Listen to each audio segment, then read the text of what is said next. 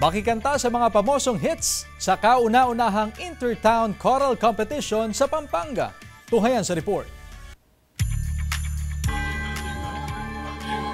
Mistulang mga anghel sa langit ang tinig ng mga choir mula sa 9 na munisipalidad at syudad sa lalawigan ng Pampanga para sa kauna-unahang Intertown Choral Competition para sa week-long celebration ng ika-453 Aldo Ning Kapampangan.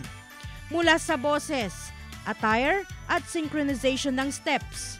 Nagningning sa kompetisyon ang talento ng mga Kapampangan sa pagkanta ng mga ipinagmamalaking Kapampangan Christmas songs at iba pang favorite hits tuwing Kapaskuhan. Sa huli, nasungkit ng Mabalacat City ang kauna-unahang titulo sa Intertown Choral Competition.